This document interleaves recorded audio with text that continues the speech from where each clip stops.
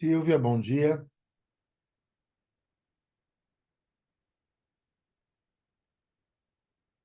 Está me Bom dia. ouvindo? Tô sim, bom dia. Seja Tudo bem? bem-vindo. Tudo jóia. Aguardar mais É, 2 minutinhos, né, para o pessoal chegar e a gente iniciar. tá faltando alguém aí Tá faltando mais um autor. São três trabalhos esse painel, né? Correto. Eu dei uma olhada lá pela ordem, capacidades, comunicação e desafios, né, para os trabalhos. O senhor pode dizer a ordem que o senhor prefere, que aí eu vou passando os Pode vídeos. ser melhor a ordem que tiver, e a melhor a ordem que tiver aí na sua sequência de vídeos, acho. Você confirma para mim? Confirmo sim.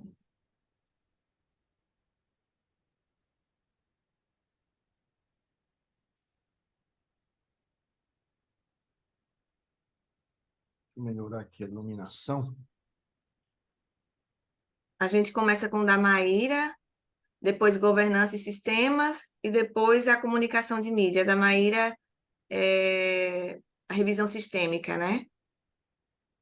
O Ricardo é. Deixa eu ver aqui de Ricardo. É porque eu não. Neuza. O Ricardo está só assistindo, eu não me lembro os É, autores o de do cabeça. Ricardo não está aqui, não. É Maíra, o Tá, primeiro, depois da Lorena e em seguida da Neuza. tá bom. Neuza e Estela. Esperar um pouco mais, né? Se elas entram, né? Aham, mais um minutinho ou dois. O professor, o senhor prefere exibir o vídeo e a gente debater ou exibe todos e ao final debate? Como o senhor prefere? No outro painel que eu participei, aconteceu assim: a gente apresentava os vídeos, o autor complementava alguma questão e a gente conversava, Ok. dentro dos 20 minutos, né? E aí seguimos para o próximo trabalho. E aí, no final, fazíamos uma grande rodada, que é mais ou menos o tutorial aí que foi sugerido, né? Que Exato. enviado pelo e-mail, né? Exato, a gente tem 4 minutos de introdução, 8 do vídeo, depois 8 de debate, e ao final a gente tem mais 22 minutos ou meia hora, porque hoje, como só tem 3 trabalhos, a gente inclusive E a consegue gente tem aproveitar mais do senhor. flexibilidade. Sim, sim. Ótimo. Tá bom. É, Oi, Neuza, bom aí, alô, dia. Olá, bom dia, tudo Helena, bem? Maria Sou eu, Bom Gabriela. dia, bom Maíra. dia. Bom Bom dia. dia. Bem-vindas. Muito obrigada. Lorena? Vou aguardar a Lorena.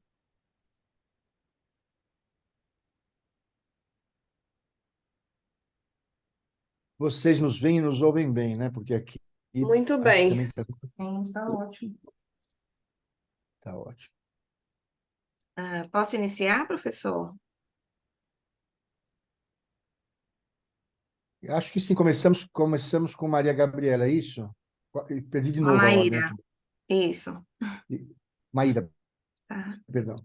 Então, tá Então, bom, acho que, bom, inicialmente eu queria aqui me apresentar. Eu sou João Luiz Passador, sou professor da FE de Ribeirão Preto, e sou líder do tema, né, desse tema de governança, né? Eu quero cumprimentá-los, agradecer a gentileza da submissão, Maíra, parabenizar pela aprovação e desejar boa apresentação a todos. Então, podemos iniciar já a rodada de apresentações. Obrigado, viu?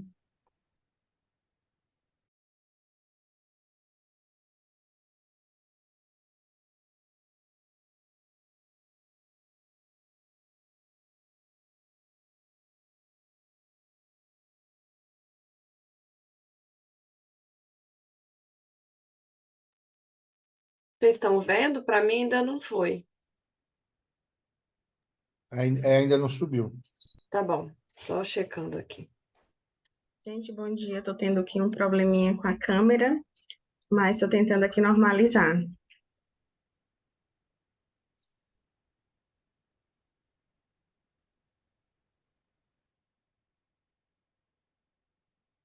Eu estou com a impressão, professor, que a Silvia está congelada.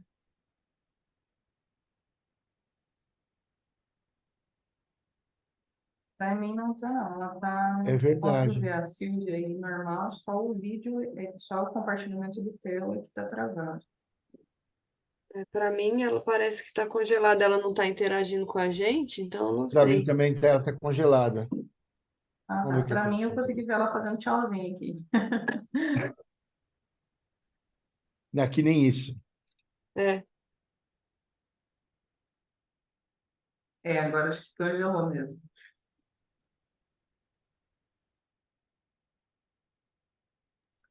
Oi, voltei? Voltou. Desculpe, só um instantinho. Eu vou apresentar um trabalho desenvolvido junto com o colega Héctor, que também é aluno de doutorado da Ok? FGV-AES, onde a gente realizou, então, uma revisão.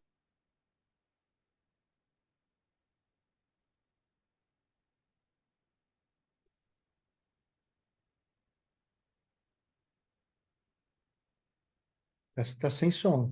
tá sem som, Silvio. Se puder voltar e começar de novo.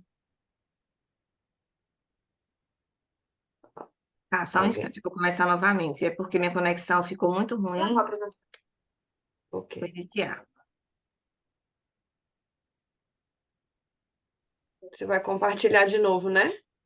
Aí, pronto. Acho que agora.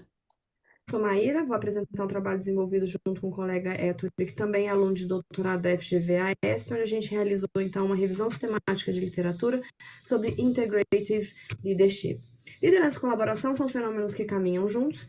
No contexto da administração pública, ganha ênfase ali no final do século passado e início desse século, com a globalização, com a implementação de reformas gerenciais, com a necessidade de gestão de crises, onde uma única instituição não era mais capaz de solucionar os problemas que estavam ficando cada vez mais complexos. Surge amparado ali no arcabouço teórico da Public Management, do paradigma da governança colaborativa e da colaboração entre setores. A Integrative Leadership faz parte de abordagens contemporâneas de liderança, que consideram a liderança como um fenômeno que acontece entre as relações, um processo que acontece nas relações. Vem sendo utilizados diferentes termos para se referir a esse fenômeno, como Collaborative Leadership, Network Leadership e Integrative Leadership, em 2010, com a publicação de um special issue do The Leadership Quarterly, onde houve um consenso, então, de utilizar esse termo por incluir, incorporar melhor o conceito, podendo, às vezes, ser utilizado Integrative Leadership ou Integrative Public Leadership para se referir ao fenômeno. Outras teorias também são estudadas dentro dessas abordagens contemporâneas, como a liderança distribuída, compartilhada, as teorias LMX. O foco aqui, então, foi na Integrative Leadership, como sendo a capacidade do líder de conectar diferentes grupos e organizações em arranjos permanentes ou semipermanentes para resolver problemas complexos, né, para o bem comum. Então, há aí pilares nessa definição, como a necessidade do líder cruzar fronteiras intra-organização ou dentro da sua própria organização. Ele tem que sair e articular com diferentes setores e interorganizações, diferentes organizações, com foco na solução de problemas para a entrega de valores e, neste caso, podendo acontecer de uma maneira entre líderes formais ou informais, onde há um compartilhamento, uma distribuição aí de poder. A pergunta, então, que a gente busca responder é como esse campo tem se desenvolvido, né, e quais são as prospecções para o futuro. A gente utilizou o protocolo Prisma para guiar e fizemos, então, uma Domain-Based Structure Review.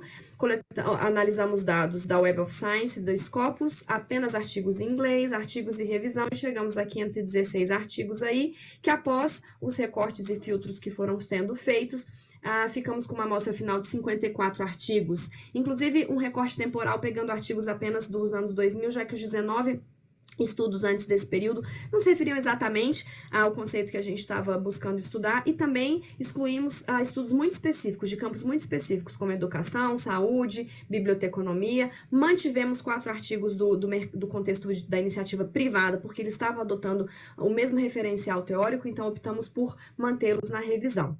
A maior parte dos artigos está mesmo nesse special issue do The Leadership Quarterly, mas há um interesse ali, quando a gente olha a partir de 2018, em se estudar mais esse fenômeno.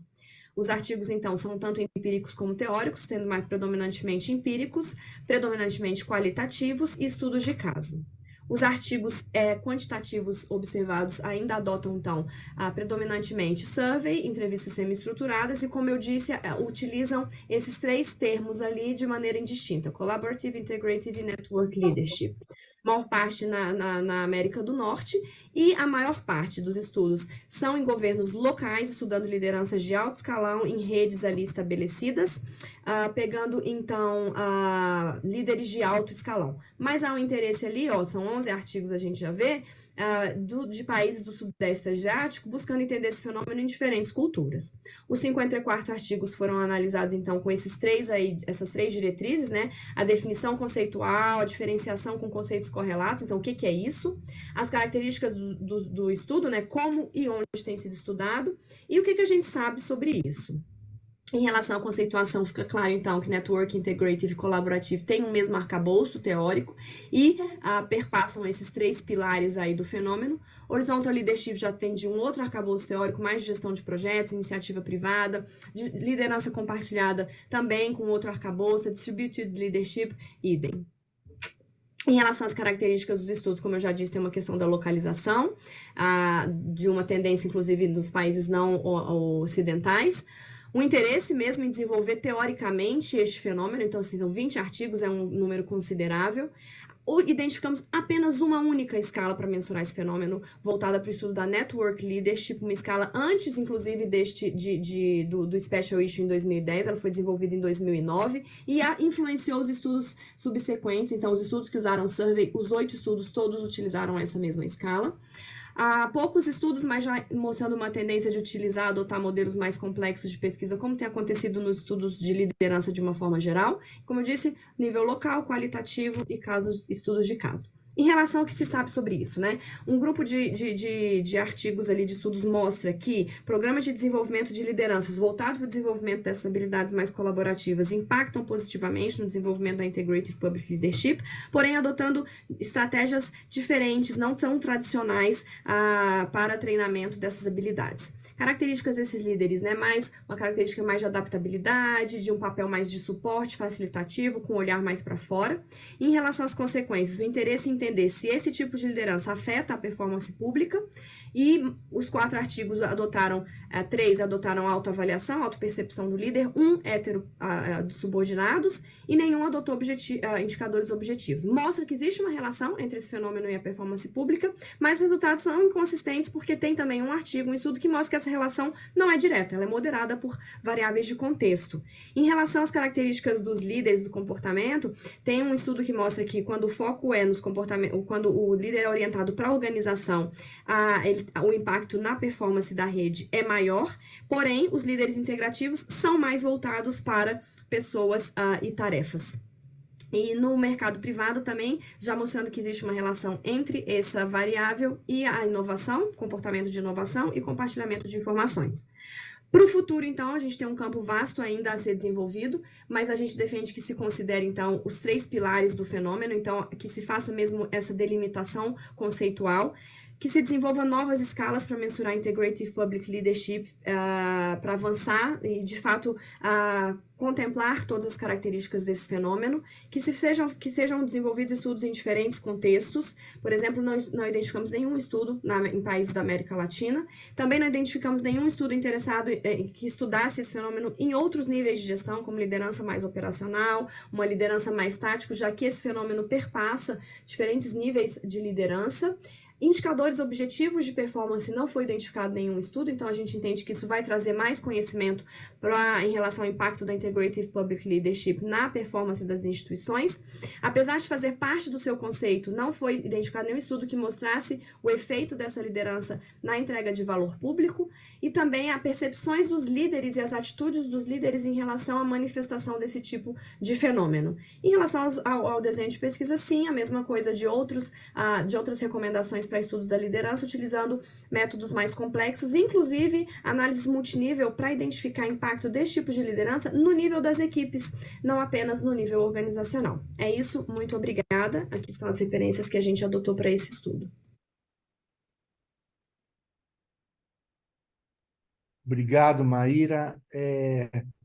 Você gostaria de complementar alguma coisa? Não? Eu não sei se eu faço isso agora, talvez eu aproveite então esses minutinhos para fazer isso. É só para agradecer também então essa oportunidade e dizer que a primeira vez quando eu olhei que esse trabalho ia estar nessa sessão junto com outros dois, eu fiquei me questionando qual a relação deste trabalho com os temas dos outros trabalhos.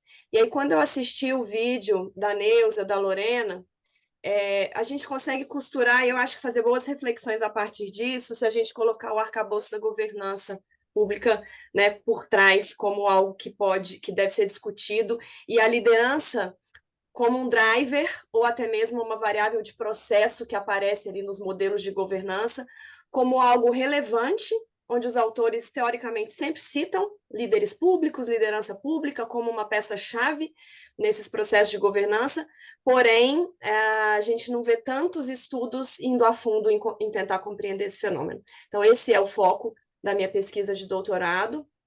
Eu vou estudar ali e tentar preencher aquelas lacunas no final, quando a gente fala de avanço para o futuro, e tentar entender como que este fenômeno da liderança pública, num nível mais tático, como que ele pode contribuir para a performance pública, né, das instituições e dos líderes.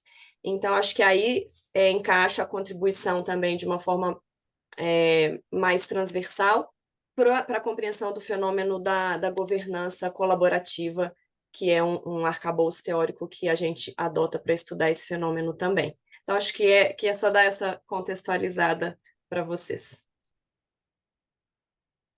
Eu queria te perguntar uma coisa. Na verdade, o seu artigo ele é a revisão teórica do seu trabalho final, é isso, né? É porque eu vou defender em 3 artigos, né? Eu vou fazer minha tese em 3 artigos, e o primeiro é essa revisão sistemática da literatura, e o segundo já Mas vai a ser pergunta é, vocês Ah, vão fazer um trabalho de campo. Vocês que eu digo, você, seu sim. orientador, né? Aham, Ah, sim. entendi. Não, Então, são a 2 sensação que eu tinha, estudos. claro, era essa mesmo.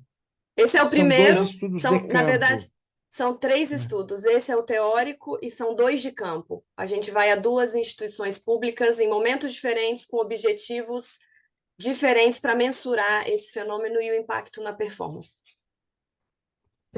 Você já tem esse objeto definido, não? Já Você já tem tenho, as instituições? já. Eu sou pesquisadora da Embrapa, que é uma instituição de Em Bra- ciência, né? De ciência Não e precisa pesquisa. explicar. Que bom. Embrapa é famosa. E a outra qual é? Ah, E você a tem outra, inside information. Sou. E a outra é o Ministério da Agricultura, que também está interessado neste questionário, porque não existe uma escala que mensure liderança integrativa. E aí a gente vai fazer a construção e a validação desse questionário no Ministério da Agricultura, porque ao fazer esse estudo a gente já fotografa e dá um diagnóstico para o Ministério de qual é o nível de integrative leadership para os líderes, né, do Ministério. Então, vão ser essas 2 instituições que vão ser estudadas. Excelente. Bom, inicialmente quero dizer que a minha particular simpatia pelo teu esforço de pesquisa, né? Que faz muito tempo que eu trabalho com cooperação, gestão de redes, né? E eu sei o quanto isso é difícil. Já é difícil você entender processos de governança numa empresa ou numa organização isolada, quando você põe organizações distintas para trabalharem juntas, aí a coisa piora muito, né? A gente tem alguns raros casos de muito sucesso, que são meio exemplares e tal, mas, de fato, isso no setor público, que seria mais necessário, é bastante difícil, raro, né? Há uma tradição talvez, uma tradição ibérica, né, das pessoas se insularem, né, nas suas organizações, como se fossem senhores feudais, e não faz o menor sentido. Política pública não faz sentido se ela não for integrada.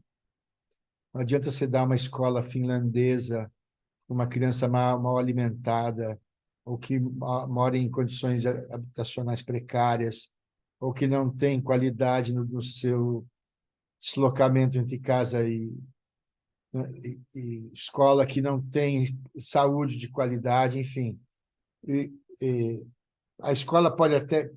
Estou falando de escola porque trabalhei muito também na área de educação.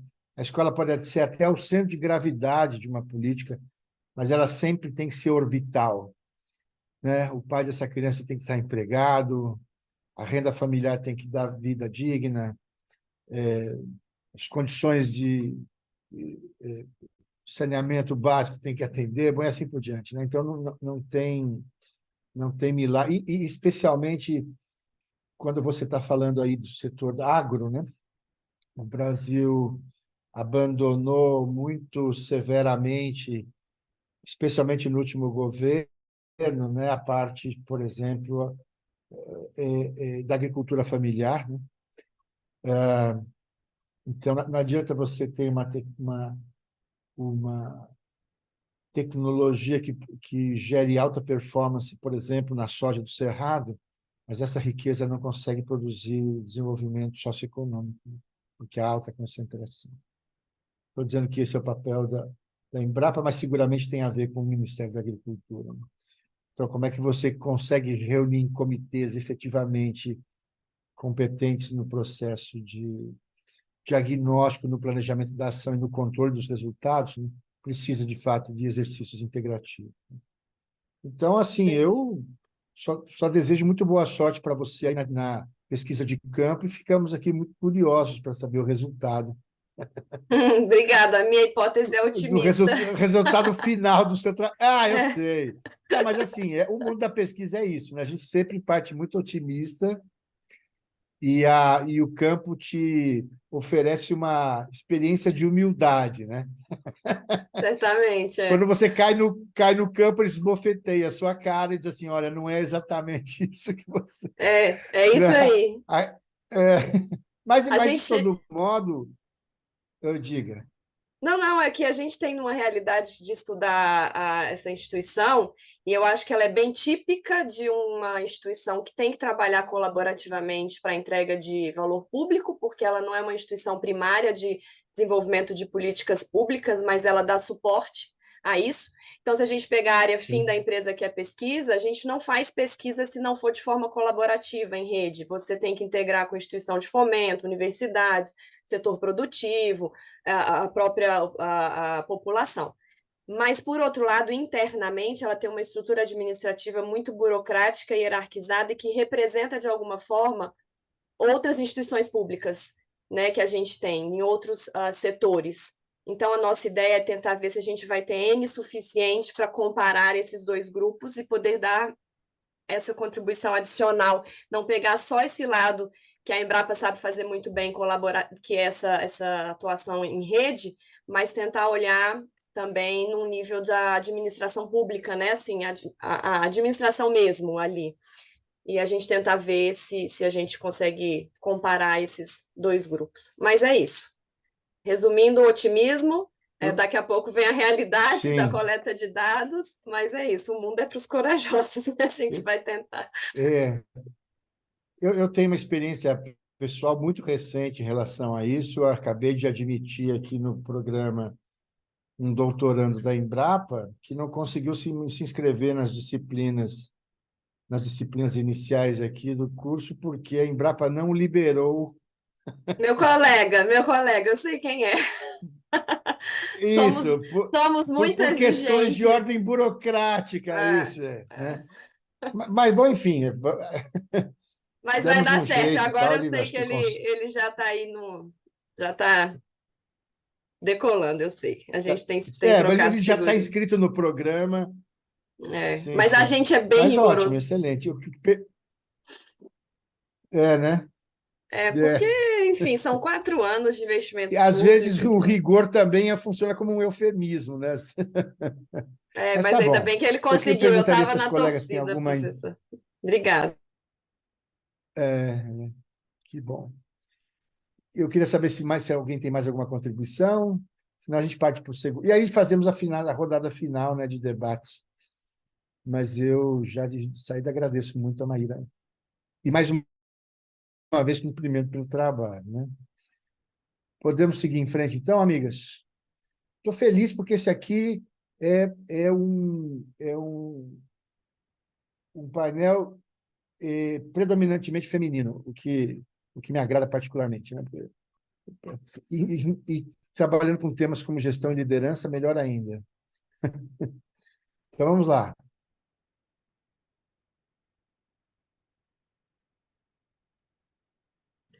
Olá, me chamo Lorena e atualmente sou mestranda do programa de pós-graduação em administração da Universidade Estadual do Ceará. Juntamente com os meus parceiros e colaboradores desse artigo, Bruno Silva, mestrando do programa de pós-graduação em administração da Universidade Estadual do Ceará, e Cibele Abreu, mestre em economia na Universidade Federal do Ceará, escolhemos os seguintes temas para o semestre de 2023: a comunicação de mídias sociais como instrumento de transparência no setor público do Tribunal de Justiça do Ceará. Esse tema possui grande relevância na atualidade, devido a órgãos públicos prestarem conta com a sociedade. Nossa questão de pesquisa foi a seguinte: como as mídias digitais podem influenciar as ações de transparência do Tribunal de Justiça do Ceará? Para isso, escolhemos os nossos objetivos. Objetivo geral: analisar a influência das mídias digitais do Tribunal como instrumentos de transparência pública. Objetivos específicos: verificar o cumprimento dos objetivos da política de comunicação do Tribunal, avaliar o interesse da população nas ações do Tribunal por meio da participação nas suas mídias digitais. Nossa hipótese de pesquisa: como as mídias digitais podem influenciar as ações de transparência do Tribunal de Justiça do Ceará. Nossa fundamentação teórica contou como primeiro ponto aspectos da participação nas ações públicas e democráticas. A participação popular torna-se na atual contemporaneidade da gestão pública um exercício para o fortalecimento da democracia, pois exige que o cidadão deixe apenas de ser parte do processo político-administrativo do poder público e passe a ter sua própria autonomia e identidade na conquista e efetivação dos seus direitos sociais, segundo o autor Bobbio, 2009. O segundo ponto da nossa fundamentação teórica foi transparência na gestão pública. A gestão transparente está para garantir aos cidadãos acesso à informação, segundo o autor Halpe, 2014, e essa transparência do governo tem um importante papel contributivo no aumento da prestação de contas, segundo Mazei Castro, ano 2014. O nosso próximo ponto teórico foi transparência como princípio de accountability, traduzindo para o português prestação de contas. Segundo Araújo, capacidade do Estado em prestar contas e capacidade do poder público em se fazer transparente. Nosso próximo ponto da fundamentação teórica foi mídias digitais como novo formato da transparência pública. Por meio das mídias sociais, os gestores públicos têm possibilidade de instrumentalizar os interesses dos cidadãos para o desenvolvimento de políticas públicas, segundo o autor Santana, 2017. A metodologia, tipo de pesquisa descritivo, qualitativo e bibliográfico, dados primários coletados como gestores e responsáveis técnicos da ASCOM do Tribunal de Justiça do Ceará, métodos de análise de conteúdo. Os indicadores a serem levantados sobre a eficiência das mídias digitais do Tribunal de Justiça. As principais ferramentas de comunicação do Tribunal, colaboração da política de comunicação no processo de sustentabilidade, ações da política para a melhoria da credibilidade da sociedade, parceria e relação ética entre ASCOM e a imprensa, prestação de contas do Tribunal a partir de suas ações de políticas de comunicação e assessoria, difusão da cultura organizacional entre os servidores do Tribunal a partir das suas ações da política de comunicação e alcance dos objetivos estratégicos. Dentro do nosso trabalho, tivemos como análise e discussão dos resultados, implantação das ferramentas de comunicação do órgão. As ferramentas de comunicação foram desenvolvidas após a consolidação da Lei de Acesso à Informação. Inicialmente, houve pouca interação com a sociedade, mas a presença das redes sociais expandiu essa interação. A colaboração da política de comunicação na identidade visual do órgão, trabalhando para simplificar a linguagem e tornar o Poder Judiciário mais acessível à sociedade. A política de comunicação desempenha um papel fundamental na manutenção da identidade visual do órgão público.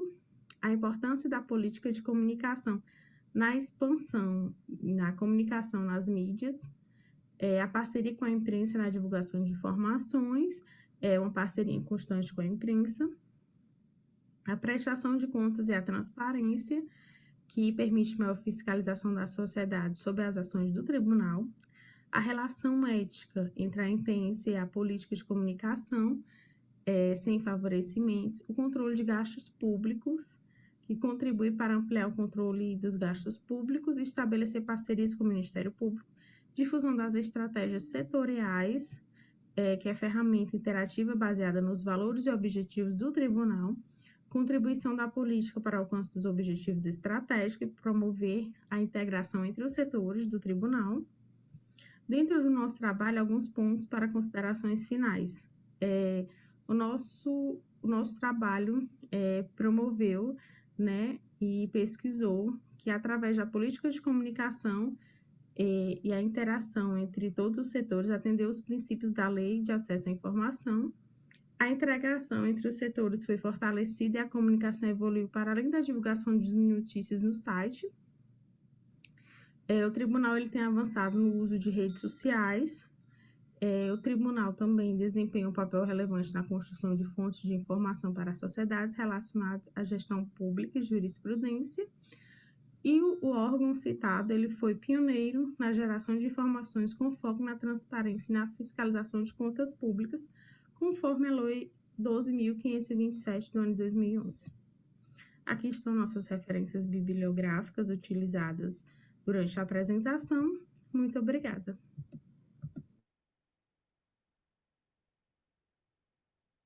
Excelente. Lorena, Obrigada. você quer complementar alguma coisa do seu vídeo? Primeiramente, né, pedir desculpas que eu estava gravando e quando a gente grava com um tempo limitado, às vezes por a falta do fôlego, né, aquele que a gente, como a gente diz aqui no Nordeste, a gente fica meio agoniado, meio esbaforido. Dizer que estou muito feliz em participar do SEMEAD no ano de 2023. E hoje, especialmente, é um dia especial, o dia do meu aniversário, e estar celebrando, participando de um promovimento que eu gosto. Obrigada. No final, a gente canta os parabéns para você. Muito obrigada. Estou muito feliz estar representando aqui meus outros dois parceiros de artigo, a Cibele e o Bruno. Eu e o Bruno somos do programa de pós-graduação de administração da Universidade Estadual do Ceará. Cibele é professora da casa e é mestranda pela outra instituição aqui do Ceará, o UFC. A gente escolheu o tribunal por ser um órgão, né, que ele trabalha a transparência e foi um dos órgãos pioneiros aqui em implementar a questão da transparência e está utilizando isso nas redes sociais, ampliando aí seu programa junto com a sociedade, né? Hoje a gente tem dentro do tribunal, a gente tem a relação entre a sociedade e as mídias, entre elas redes sociais como Instagram, mídias digitais como WhatsApp, temos também Facebook, temos também o site oficial, né? Mas essa questão da sociedade está muito ligada às mídias, né? E está muito conectada, possibilitou dentro do órgão essa proximidade. Então, hoje, através da política, né, de comunicação e do órgão da ASCOM, que é o órgão responsável por todo esse encadeamento, né, entre a sociedade, os meios de comunicação e o tribunal, o órgão responsável, a gente pode estar vendo, né, se eu quiser agora mandar um WhatsApp para o tribunal e solicitar dentro de um tempo, eu tenho essa facilidade, né, de ter essa política de transparência. Então, gostei muito de trabalhar esse tema junto com meus parceiros. Esse tema surgiu desde a minha especialização. Eu já vinha querendo muito trabalhar essa questão das mídias digitais. Eu acho que está muito em relevância, e principalmente nessa questão da nossa governabilidade, tudo, linkar com o órgão público, né, para a gente ver e desmistificar, né, como as meninas também estão nesse campo da governança, a gente vê que é possível, sim, a gente ter acesso às informações, é possível a gente estar acompanhando o que os órgãos fazem. A partir do Tribunal de Justiça, hoje, também nós temos no Ministério Público, daqui também foi implementada a questão do WhatsApp com a sociedade, e é isso, né, dizer que estou muito feliz com o nosso tema, de ter sido selecionada e estar participando desse momento. Obrigada.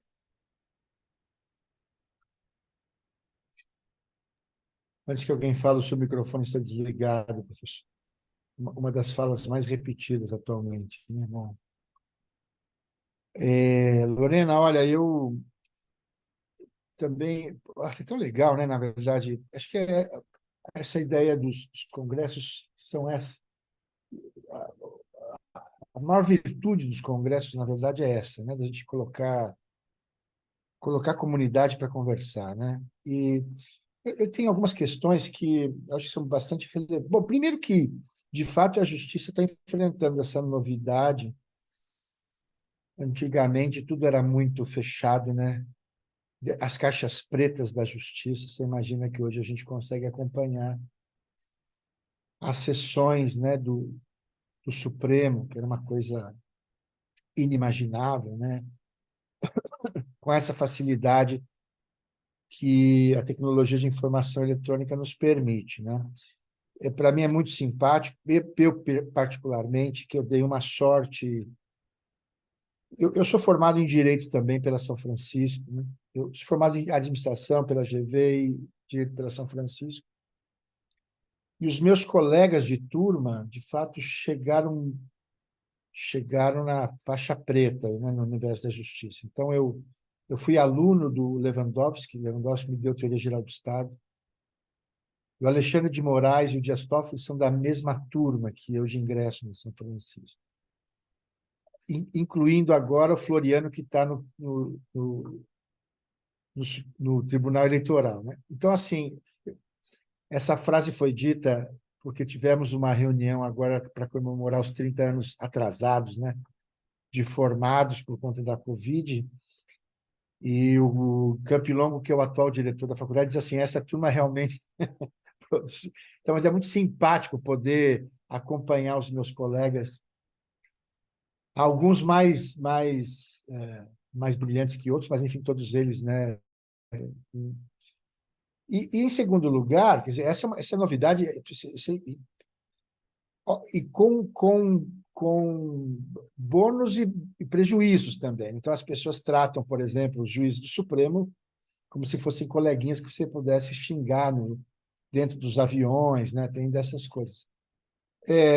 Mas, de todo modo, eu acho que também tem uma particularidade no seu trabalho que tem a ver, de fato, com o Estado do Ceará. O Ceará sempre muito inovador em várias áreas, né? Eu, por uma coincidência muito particular, acabei conhecendo um desembargador aí, né, do TJ em Fortaleza, e a gente teve eu fui numa festa, a gente teve uma longa conversa, porque estava nesse período da Lava Jato, já tinha estourado lá os escândalos, né, da Vaza Jato e tal. Mas eu fiquei muito impressionado, na verdade, com os discursos, né, desse desembargador, que a sensação que eu tive que ele traduzia um pouco a média dos seus colegas de tribunal, né? Então, assim, como o Ceará pode ser referência para algumas coisas, como, por exemplo, na parte de gestão escolar, né? Eu acho que também pode ser um modelo, né, do tratamento, da transparência e do uso das mídias para, de fato, o controle social. A gente tem uma longa história aqui no Brasil, não tão longa, mas é mais recente, mas em termos relativos, onde as pessoas conseguem acompanhar e conseguem julgar muito facilmente, instantaneamente, as atividades do Poder Executivo e do Poder Legislativo. E o Poder Judiciário estava blindado, né? O que não significa que eles não sejam pessoas passíveis, né, de acompanhamento e de controle, né? Então, assim, acho que o seu trabalho vai acabar produzindo, essa também é a esperança aqui dos leitores, né, reflexões e modelos, né, que possam ser implementados ou pontos de partida para a formulação de políticas de comunicação de outros tribunais de justiça ou da justiça de um modo geral no Brasil. O que eu acho que está acontecendo é que, com o passar do tempo, os velhos os antigos juízes, né, estão se aposentando, né, e há uma nova geração de não só de juízes, mas de servidores do Poder Judiciário, né, que estão, de fato, mudando essa cultura. A sensação que eu tenho é que o seu trabalho vai chegar um pouco nessa... vai chegar, obviamente, nesse cenário, e aí a discussão vai ser sobre as réguas, né? Tá bom, tá ruim, comparado com o que a população espera, o que os sentimentos corporativos vão proteger, né?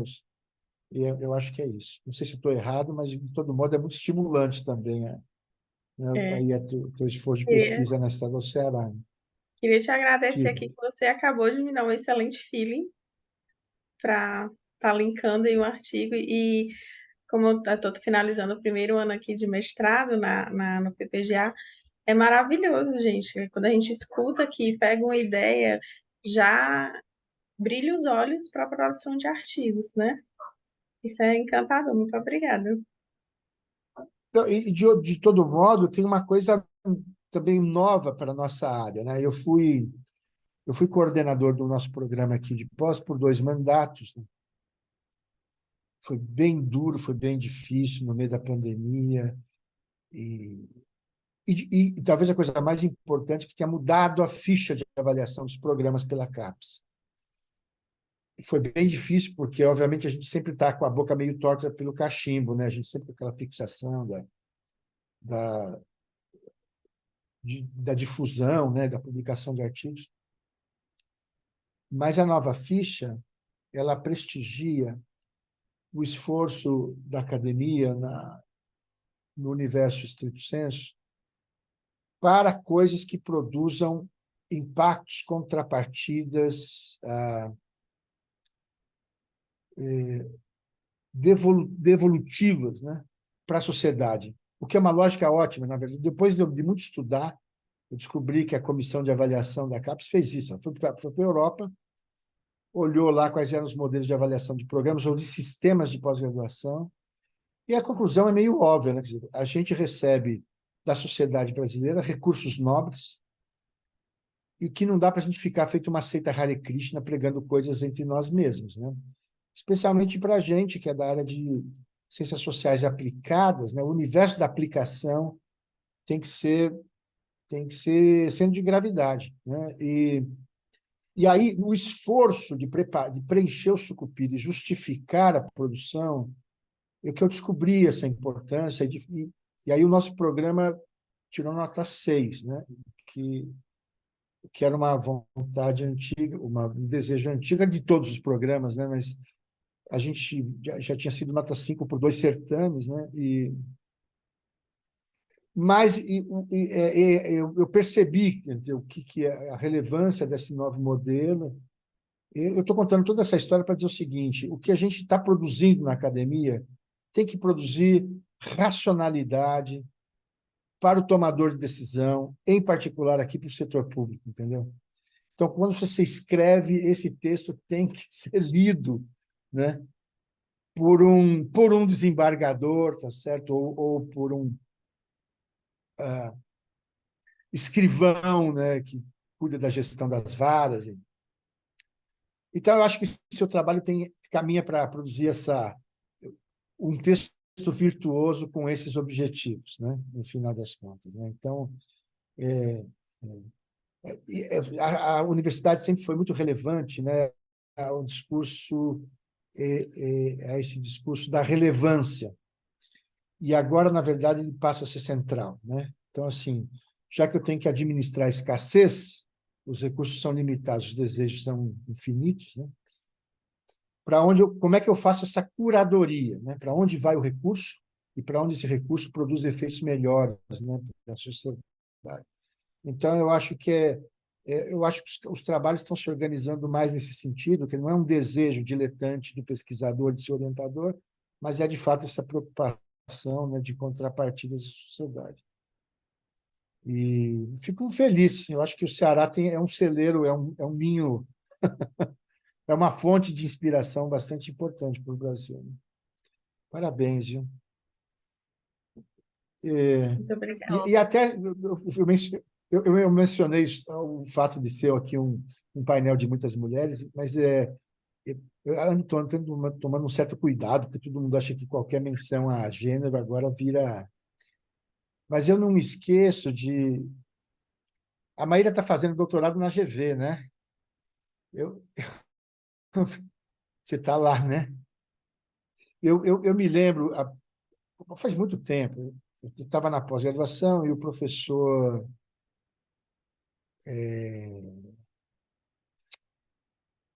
Oh, meu Deus. Fernando Cláudio Prestes Mota, né? Levou na aula um consultor e o sujeito fez um discurso, na época, muito exótico. Ele falou sobre os destinos da administração, fez um discurso astrológico. Ele falou o seguinte, na verdade, ele fez um sincretismo. Ele falou assim, nós estamos saindo da era de Aquários. Quando ele falou isso, eu falei assim, não, tem algum problema, porque a racionalidade ocidental deve estar muito em crise, para esse cara vir num programa estrito sensu da GV e falar que a gente está saindo da era de Aquário, né? E aí ele falou assim, e aí ele misturou Freud, misturou os arquétipos junguianos. Ele falou assim, as eras duram mais ou menos 2000 anos, e aí começou lá da era de Gêmeos, que é o nascimento da escrita, foi falando, ele assim, a gente está saindo agora da era de Peixes para ir à era de Aquários, e a era de Peixes é uma era muito cartesiana. Aí ele falou assim, o arquétipo das divindades, por exemplo, o deus ocidental aqui predominante é homem, não é isso? O cara que aparece pintado lá no teto da Capela Sistina é um velho barbudo, né? E que manda para a Terra para salvar as almas quem? O seu filho, não mandou sua filha. Bom, aí dizer, então, assim, as organizações sociais de produção são muito cartesianas, é os homens que mandam, é manual de procedimento, está comigo, tá, né? Se estiver comigo, vai para o paraíso, se estiver contra mim, vai arder no fogo do inferno. Então. Aí diz assim, agora, na era de Aquários, as divindades serão femininas. Portanto, o mundo feminino é um mundo de muitas possibilidades, não é eixo X, eixo Y, né? Então, assim, o colo quente acolhedor da mãe, né? Fraternidade, cooperação, solidariedade. E aí acho que, para nossa sorte, talvez o mundo esteja caminhando mesmo para essa era de divindades femininas da era de Aquários. Então, no final das contas, ele foi muito... Olha, isso faz quase 3 décadas que o cara falou isso, né? Que eu ouvi essa conversa. E eu acho que é um vaticínio mesmo, né? Ou pelo menos se a gente conseguir equilibrar, né, os dois lados, né, o lado yin, esse olhar das divindades, né, femininas, de fato, acho que vão oferecer para a gente uma sociedade melhor. E as coisas ruins que a gente está vivendo hoje talvez seja, de fato, o canto do cisne moribundo, né? O velho modelo da modernidade, que está dando lugar para uma pós-modernidade muito mais gentil, muito mais solidária, né? Muito mais afetuosa. Eu peço desculpas, me empolguei aqui, né? Temos, Mas professor. veja só como é inspirador, né? Esse debate aqui. Faço votos, inclusive, que aumente o número de desembargadoras no TJ aí do Ceará. Tá bom? Vocês têm mais algum comentário, alguma contribuição para a Lorena? Voltamos depois juntos. Eu queria comentar rapidamente, professor, se o senhor Ok. me... Por favor, Silvia, fique à vontade. O Ceará também é um importante celeiro do hidrogênio verde, né? As pesquisas lá, energias renováveis, né? Isso, Lorena. Então, assim, o Ceará é orgulho mesmo aqui para o Nordeste e acho que vai ter uma grande representatividade no cenário mundial na busca pelos ODS, né? Da gente cumprir essas metas.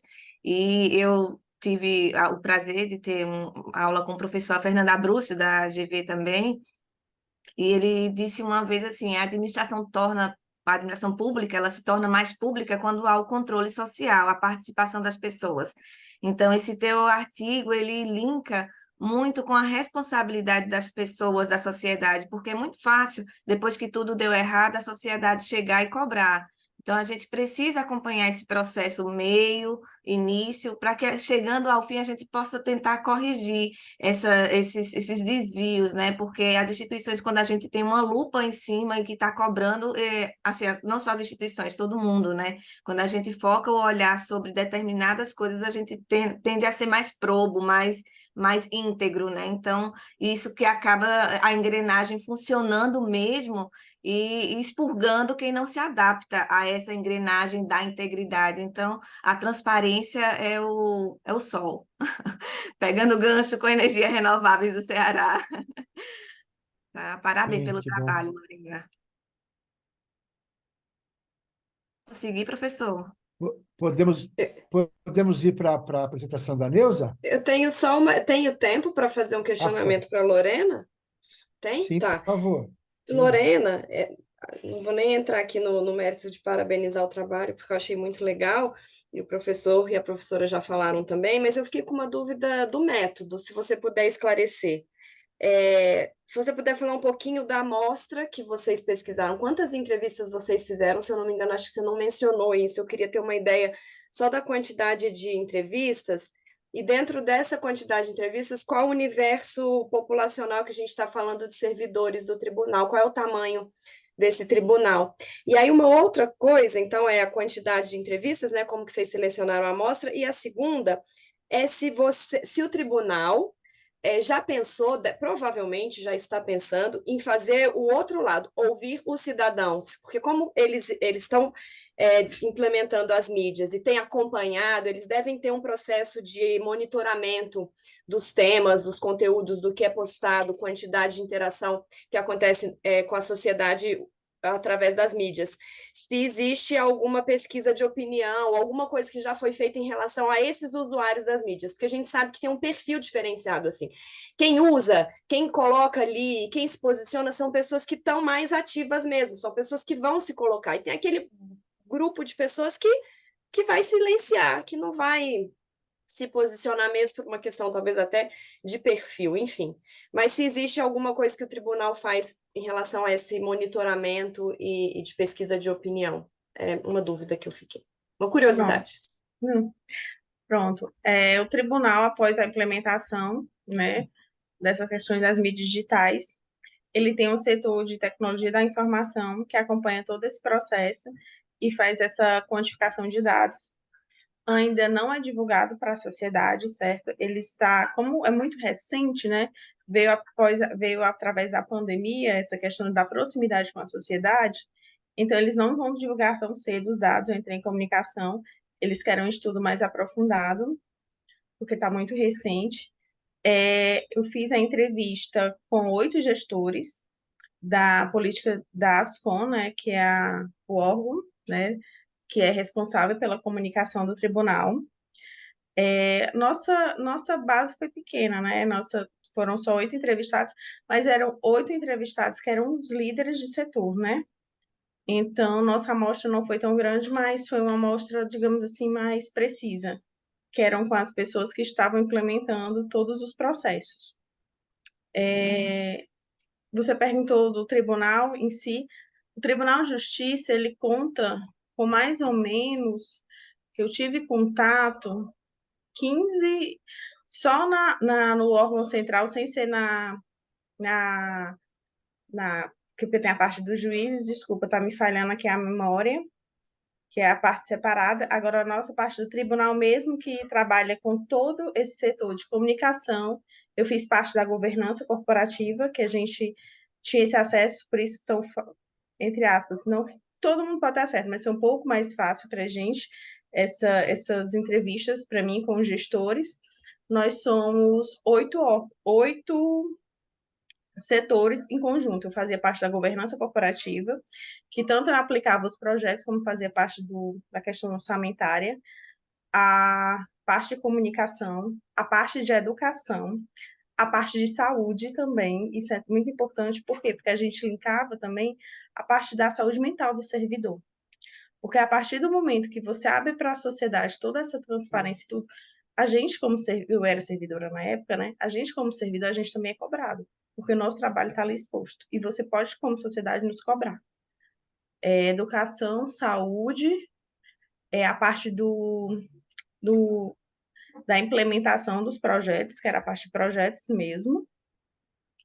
Tinha a parte da diretoria que tinha que passar pela aprovação, né, na instância superior, que era o juiz e depois o desembargador, porque nada disso a gente pode implementar sem o aval deles.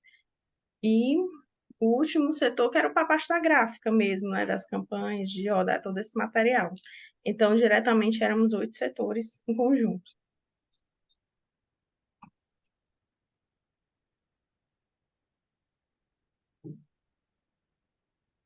Obrigada.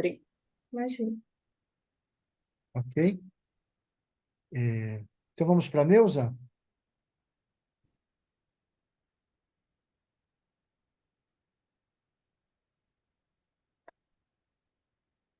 Olá. Este vídeo é sobre o artigo intitulado Governança, Sistemas e Capacidades Estatais, Perspectivas de Inter-relações para Estudos no Campo da Administração Pública. Este estudo é um ensaio teórico produzido por Neuza Ravaroto, doutoranda do Programa de Pós-Graduação em Administração da Universidade Federal de Goiás, sob orientação e também com a autoria da professora doutora Stella Najber, também da Universidade Federal de Goiás. Bem, este ensaio explora os conceitos de governança, capacidades estatais, analisando-os à luz da teoria dos sistemas. Este tema tem sido cada vez mais abordado, tanto de maneira individualizada quanto integrada, tanto na prática quanto no campo teórico. O que se observa aí é que os vários desafios inerentes à administração pública, seja desafios de atingimento, alcance de metas fiscais, de restrições orçamentárias, enfim, exigem e cobram da administração pública cada vez mais eficiência e efetividade na entrega, nos resultados de políticas públicas. Então, que você tem aí que ambientes complexos, com problemas complexos, requerem também, por vezes, soluções também mais complexas que envolvem o campo das capacidades de governança. Então, a partir de uma revisão narrativa de literatura, analisou-se os diversos estudos, na verdade, que sugerem que o sucesso e a efetividade da coordenação de políticas públicas, pelo menos em parte, pode ser tributado ao seu modelo de governança e que tais arranjos têm sido condição-chave para a efetividade dos governos, especialmente em ambientes assim complexos, que demandam capacidades que vão além de habilidades técnicas, alcançando também competências político-relacionais e de governança.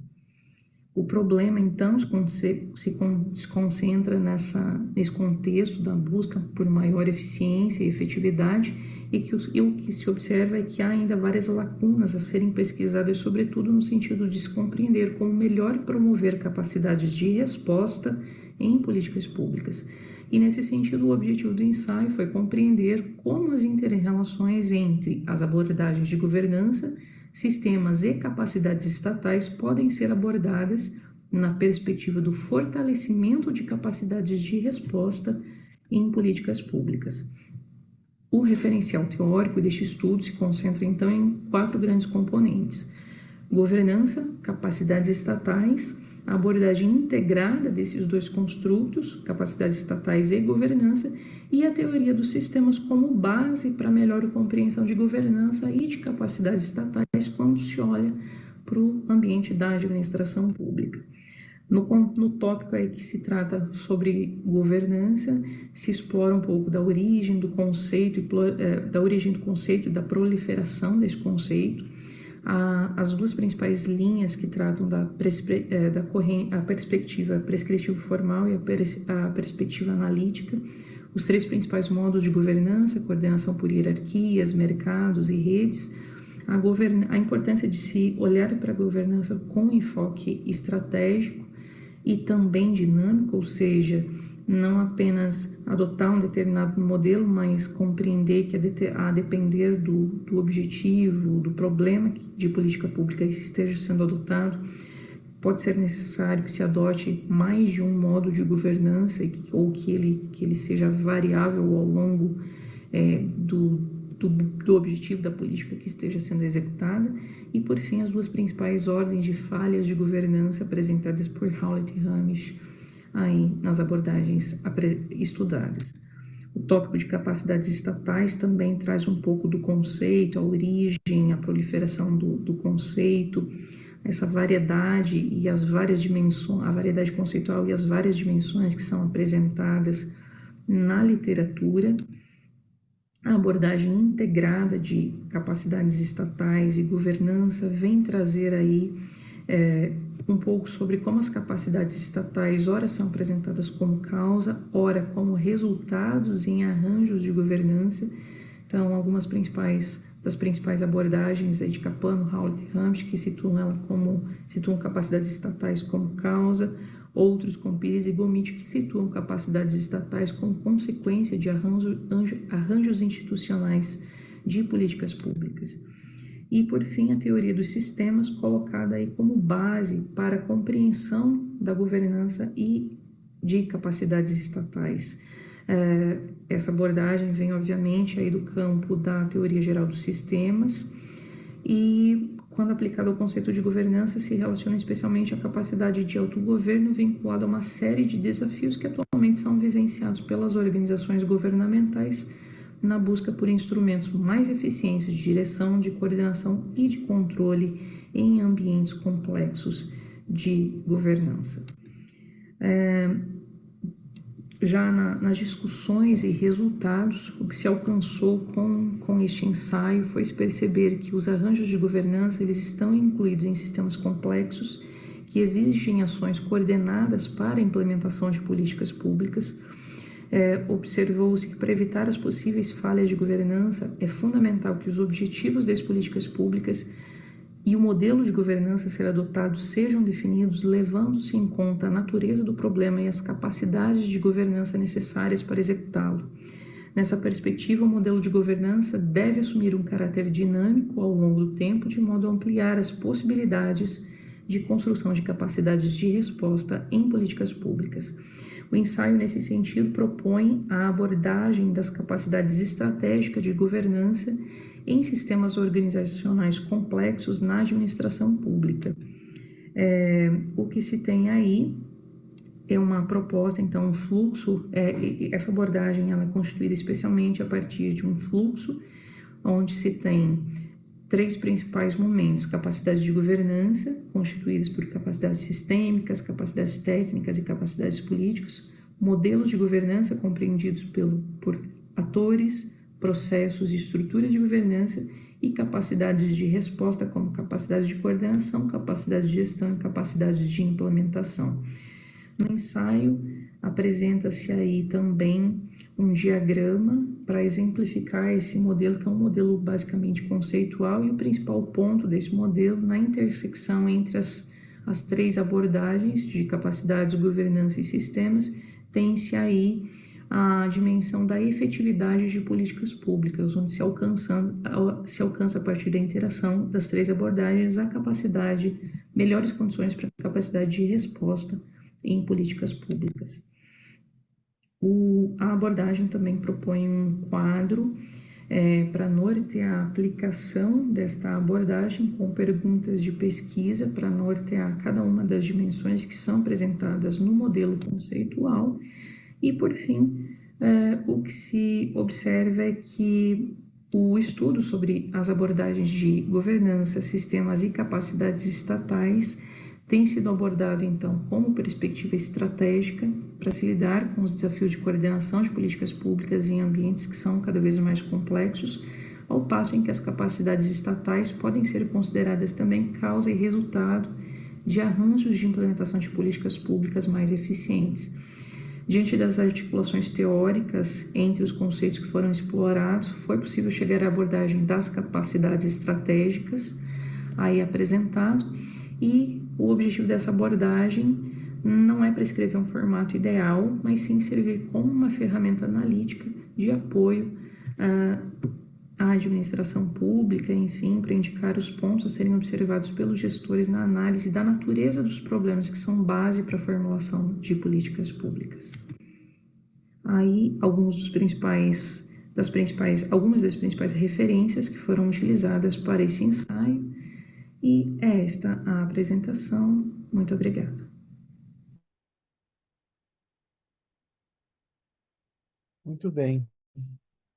Neuza, você queria complementar alguma coisa sobre a tua apresentação? Bom dia, pessoal. Rapidamente, professor, no vídeo eu acabei excedendo um pouquinho de tempo, né? Então eu vou diminuir minha fala aqui. Esse estudo, ele também compõe um conjunto de 3 artigos que vão derivar na minha tese de doutorado. Nessa versão do ensaio que foi submetido, eu não tinha passado pela qualificação ainda, então já é um estudo que já sofreu algumas alterações, e ele certamente, com o processo natural do percurso aí da composição da tese, ele provavelmente vai ser reestruturado ainda, mas a ideia é que ele sirva como ensaio teórico, né, ele está servindo para estruturar um modelo que também vai ser aplicado em 2 estudos empíricos. E na aplicação prática, ele vai ser aplicado no campo da gestão de recursos de transferências voluntárias da União. De onde que vem essa motivação para estudar essa intersecção entre esses 3 grandes construtos? Eu trabalho há 20 anos com gestão de projetos na administração pública e, especialmente nos últimos 10 anos, mais diretamente com projetos de captação de recursos do governo federal. Então, parte desses recursos que são transferidos para a execução de políticas públicas, eles se enquadram numa categoria de recursos que é de transferências discricionárias, né? Que não tem obrigatoriedade de imposição legal. E aí a gente observa, assim, a partir de uma série de dados, enfim, de informações, eu tenho a oportunidade de acompanhar uma organização que, em nível nacional, está estruturada no país para gerir, para acompanhar essas transferências, que se chama Rede de Parcerias, né, foi instituído pelo governo federal, e aí a gente percebe, assim, diferentes posicionamentos dos estados e diferentes níveis de desempenho dos estados. E aí a motivação vem um pouco disso, de perceber e tentar entender como que a governança e capacidades estatais estão permeando aí esses espaços e fazendo com que os estados consigam consigam alcançar um melhor desempenho na execução desses recursos públicos e com isso entregar melhores resultados à população, né? E falar um pouquinho da capacidade de resposta.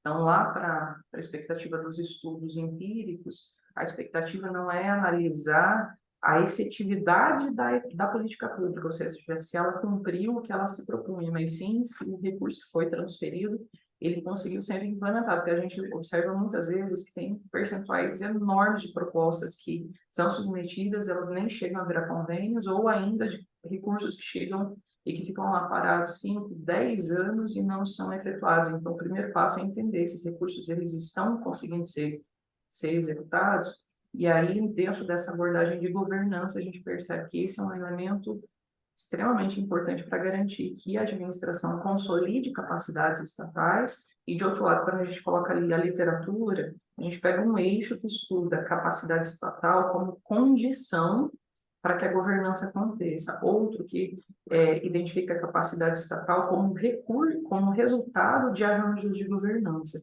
Então, a ideia é poder observar como que isso está acontecendo e analisar nesses 2 pontos, mas, sobretudo, a ideia da governança estatal como da governança, né, governamental aí, como um elemento estruturante para auxiliar o fortalecimento das capacidades estatais e ampliar a capacidade de resposta na administração pública. É um pouco essa ideia quando a gente fala para a aplicação do que esse modelo aí, que vai sofrer alterações ainda, mas do que ele vai buscar entregar.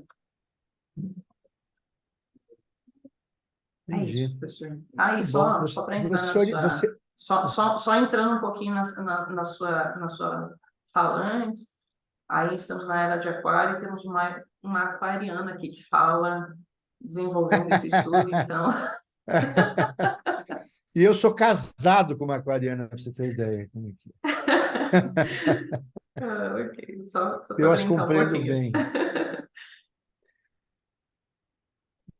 Melhor, talvez eu não as compreenda bem, mas eu acho que eu convivo bem com os aquarianos. Porque Estou prestes a fazer 30 anos de casado, enfim. Mas, olha, deixa eu te falar uma coisa. Você é orientada da Stella, né? Da Stella Isso. Nashberg. Não, é muito engraçado, porque quando eu vejo lá a tua literatura, tem um DNA mesmo da área de pública da GV, né? Quando eu vejo ali a Teda Scott, o Peter Evans. Bom, de todo modo, eu acho que você está em muito boas mãos, né? Não só da orientadora, quanto das heranças e da erudição, né? Da Estelinha e tal. Olha, uma discussão um pouco recursiva, né? Mas parece que a gente precisa ter, porque você não consegue ter eficácia e efetividade se você não tiver eficiência, né? E é uma dívida, né, enorme no setor público, né, com processos, protocolos, né? Eu não sei se pode te ajudar, mas eu acho que enfim, publiquei muito na minha vida, mas em geral não tenho muito orgulho das coisas que eu publiquei, mas algumas eu acho que merecem talvez algum destaque, né? Inclusive os textos que foram premiados, tal. Com o modelo teórico de dinâmica simbiótica. Bom, mais uma vez, é um pouco essa história da administração emprestando das outras ciências, especialmente das hard sciences, né, suas inspirações para fazer modelos da administração e como metáfora, né? Mas assim, um orientado meu chamado Leonardo Terra desenvolveu modelos mesmo, né, de inteligência artificial e inclusive com muita dificuldade de achar máquina para rodar na época, mas tivemos até que reservar aí uns meses para os computadores de São Carlos, que a turma da engenharia tem mais capacidade computacional, né? Mas, de todo modo, o modelo que ele rodou mostra como é que um sistema simbiótico, né? Como é a administração pública, né? Ele progride, não tem algumas condições para que isso aconteça, porque a simbiose pode acontecer de várias maneiras, né? Simbiose é essa coisa na biologia, tipo, a virtuosa é o peixe-palácio com a anêmona, né? Então, um, um bicho venenoso convive com um peixe, bom, aí os dois se dão bem. Ou existe uma simbiose em que um parasita consome e destrói seu hospedeiro, né? Então, ou quando há uma simbiose onde os dois se dão mal, né? Então, e as simbioses virtuosas, né? Porque sempre dinâmica, sempre há uma relação dinâmica, que é o caso da administração pública, tem algumas pré-condições para que isso dê certo. Não sei, eu acho que assim, a sua revisão, de fato, é abrangente, sofisticada, né? Caminha mesmo para o estado da arte, mas talvez possa te inspirar um pouco essa discussão sobre o que não pode acontecer, ou o que seriam talvez as coisas evitáveis no setor público para que ele de fato prosperasse, florescesse como uma organização que, no final das contas, produzisse benefício para a população de interesse, que é para isso efetivamente que funcionam os governos, né? Então, é uma dica, assim, porque de fato é uma preocupação eterna. O que eu acho que aconteceu muito com a administração pública é a gente ter caído nessa coisa do gerencialismo do New Public Management, e parece que essa virou a fronteira. A gente precisa fazer um esforço para deslocar isso, né?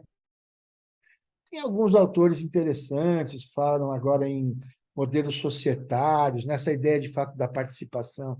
Ser o melhor governo é aquele que, de fato, tem sistemas de controle da população de interesse. Talvez os caras que tenham chegado nos melhores modelos, né, sejam mesmo os escandinavos.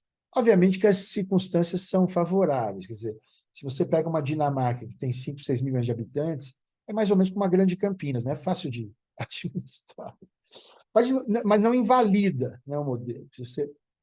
Quando você, de fato, tem uma estrutura onde onde a performance dos seus governantes são acompanhadas com muito detalhe, né? Com muito capricho, pela população de modo geral, né? Então, eu acho que saiu um artigo recente, alguns artigos recentes, né, do professor Renato Giannini, no Jornal da USP, em que ele diz assim: a democracia, com todos os seus defeitos, ainda é o modelo mais ético de política, né? O sentido ético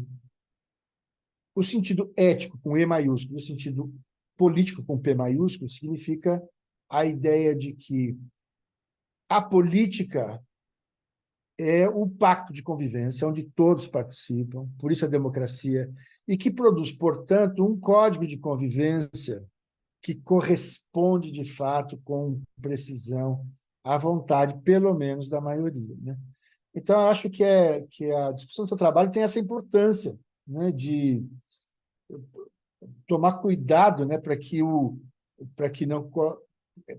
a gente consiga quebrar essa lógica do poder das elites burocráticas, né, que acabam como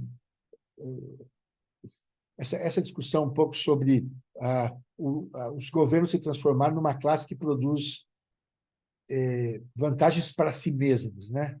Então, assim, a gente tem que quebrar isso, né? Quer dizer, o cara, ele até pode estar lá até por motivações vaidosas, pessoais, etc. Mas ele só consegue manter esses desejos dele se, de fato, ele serve àqueles que o colocaram e que o perpetuam no poder, né? Isso é um pouco a Exatamente. lógica, eu acho que, no fim das contas, Propósito, né, de das tudo isso? democracias maduras, né? Sim, é isso. Mas muito legal. E aí eu retomo um pouco aqui a fala inicial da Maíra, quer dizer, e queria me congratular aqui com o trabalho mesmo da coordenação da área de agrupar os trabalhos, né, nas sessões, que é um pouco esse trabalho de sommelier, né? Você combinar as uvas para um vinho cortado, né, para ele ficar bom e competitivo, né? Não é um trabalho fácil, né, mas eu acho que nas outras sessões que eu participei também isso aconteceu, né? E eu acho que aqui merece essa menção, né, ao professor José Carlos Vaz, enfim, coordenação da área. E quem trabalhou com eles, obviamente. Mas é isso. Eu abro aqui a palavra para todos, inclusive para o Ricardo Ruschel, não sei se ou Ruskel, não sei se a pronúncia é essa. Se quiser também participar e contribuir com observações, está autorizado. Eu quero agradecer também, porque eu sei que ter um tempo de 2 professores, de mais colegas, é raro, né? Eu sei que o tempo de todo mundo aqui é escasso. Então, eu agradeço essa oportunidade. Acho que, de fato, é sempre bom a gente refletir um pouco fora da nossa zona de conforto. Então, escutar sobre mídias, escutar sobre modelos teóricos que integram diferentes construtos para falar de governança, ajuda a gente a pensar de alguma forma. Então, assim, sempre eu acho que é válido, sabe? A gente sair um pouco só do nosso silo ali, das coisas que a gente estuda o dia todo, e fazer a gente refletir um pouco mais sobre essa administração pública que é tão complexa. Eu agradeço essa oportunidade. Obrigada aí a vocês. É isso, né, Maíra? Assim, tinha um professor que dizia assim, não dá para fazer vasos bonitos sem argila, né? Então, a gente precisa mesmo né, de dar uma reajeitada nos repertórios, né, do estoque de leituras, né? E é sempre muito inspirador dar mesmo essa mexida. E, de fato, os congressos científicos cumprem com o seu objetivo quando acontece exatamente isso mesmo, né? Mas é isso.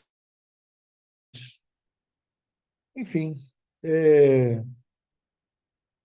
eu acho que a gente precisaria agora, Silvia, reafirmar lá o link, né, para avaliação do painel. Eu queria dar uma Mas palavrinha, professor, se o senhor me permite. por gentileza. Sim, claro, É, Silvia, fica à vontade. Inicialmente, eu queria pedir aos participantes que preenchessem essa pesquisa, que vocês, como pesquisadores, sabem melhor do que todos, que é importante a gente ter essa resposta para que a gente possa fazer um SEMEAD ainda melhor no próximo ano, né? Isso é um primeiro ponto. Segundo, eu queria agradecer ao professor João Luiz Passador. É um orgulho estar aqui podendo ouvi-lo e minha admiração só aumenta porque eu estava com receio desse painel. Eu disse, meu Deus, eu tenho tanta admiração que eu acho que eu não vou, fiquei nervosa. Meu momento tiete. E aí é muito bom tá Que aqui dividindo esse gentileza. painel com o senhor, a forma como o senhor fala é muito simples de escutar, é muito carinhosa até, e me deixou muito assim emocionada. É uma referência para mim, os seus trabalhos todos. Então, assim, muito obrigada por essa oportunidade da gente estar aqui fazendo essa troca. Tá? E agradecer às pesquisadoras, as meninas, foram trabalhos fantásticos, assim, um nível muito bom. A governança é um tema que eu tenho um carinho enorme eu estudo mais a parte de licitação, que é a governança das contratações, mas que ao final o que a gente quer é que efetivamente as políticas públicas aconteçam e a gente entregue o valor público, né? Que é a razão da administração pública existir, é justamente atender às necessidades das pessoas e promover a inclusão, né? Reduzir as desigualdades. Então, assim, foi muito bom. Nossa, estou muito feliz pela oportunidade, tá? É isso. E espero que no próximo SEMEAD vocês também estejam aqui novamente com trabalhos riquíssimos, enriquecendo o nosso evento. Muito obrigada a todos e a todas. Ricardo saiu. É isso. Ô, Silvia, queria agradecer sua gentileza, viu? Ganhei meu dia. Obrigado, viu? Começar o dia com você. Mas, olha, a gente que escolheu ser professor na vida, né? Primeiro que não decidiu ser rico, né? Quer dizer, o tipo de riqueza é de outra natureza, né? Mas eu, agora que você falou isso, na verdade, eu queria fazer expor aqui uma gratidão que eu tenho, na verdade, meus antigos professores, né? Porque eu me considero um pouco a síntese deles, né? E dos professores que eu tive. Obviamente que talvez não seja esse o modelo para todo mundo, mas tem 3 coisas que eu aprendi com os meus professores que eu imito hoje que parece que deu certo, né? A primeira delas é que eu sempre gostei muito de professores com erudição não trivial, né? Então, assim, tive aulas, por exemplo, com o Fábio Conde Comparato, que era uma coisa inacreditável. Até hoje eu não entendia como é que ele fazia aquilo. Esse é um professor que nem pegava no giz, né? Ele só falava e ele era capaz de estabelecer interconexões improváveis. Aquilo era enfim, num curso de 15 encontros, ele aparecia em 5, os outros encontros eram os orientados. Mas nesses encontros em que ele aparecia, era uma aula magna, assim, aí assim, ou alunos de outras turmas vinham, sentavam nos corredores, ficavam em pé na parede então era bom. Segundo, sempre gostei muito de professores bem-humorados, né? Que eu acho que o riso é uma endorfina importante, né, para o exercício pedagógico. E em terceiro lugar, eu sempre gostei muito de professores que tinham opinião. Esse papo da neutralidade, na verdade, é uma falsa neutralidade, né? Então, o professor que tem uma posição obriga você a se posicionar em relação a ele, contra, a favor, mais ou menos, mas para organizar seus argumentos, né? Fazer exercício hermenêutico, né? De reflexão. E tal. E, no fim das contas, eu acho que tudo isso acaba também produzindo um modelo, eu nem sabia disso, mas agora tem um nome, chama storytelling. Você conseguir defender conceitos contar uma história, né? E é meio intuitivo também, nunca tive uma aula sequer de pedagogia, né? Mas, assim, se você reconhece isso, é porque alguma coisa deu certo, né? Depois de 40 anos de experiência docente, posso ficar feliz que consigo ter um grau modesto, mas algum grau de contribuição, né? Muito obrigado, viu, pela tua gentileza, né? Talvez seja essa também a grande riqueza de ser professor, que de vez em quando você recebe um feedback inesperado como este. Muito obrigado, viu? E espero que vocês sejam professoras tão felizes quanto eu fui aqui no meu... Eu estou entrando no último quartil da minha vida, né? Mas com essa boa sensação, né, da missão cumprida. Eu desejo isso para todo mundo. Tá bom? Muito obrigado, queridas. E, ó, o mundo é pequeno e é redondo, feito uma moeda. Certamente a gente vai se encontrar por aí em ocasiões como essas e esses encontros que a academia nos permite, né? Tá bom? Mais uma vez, Bom dia obrigada para você. pelas suas palavras. Só um instantinho que Neuza está com a mão levantada. Neuza gostaria de dar uma Oi, palavra? Neuza, por Sim, favor.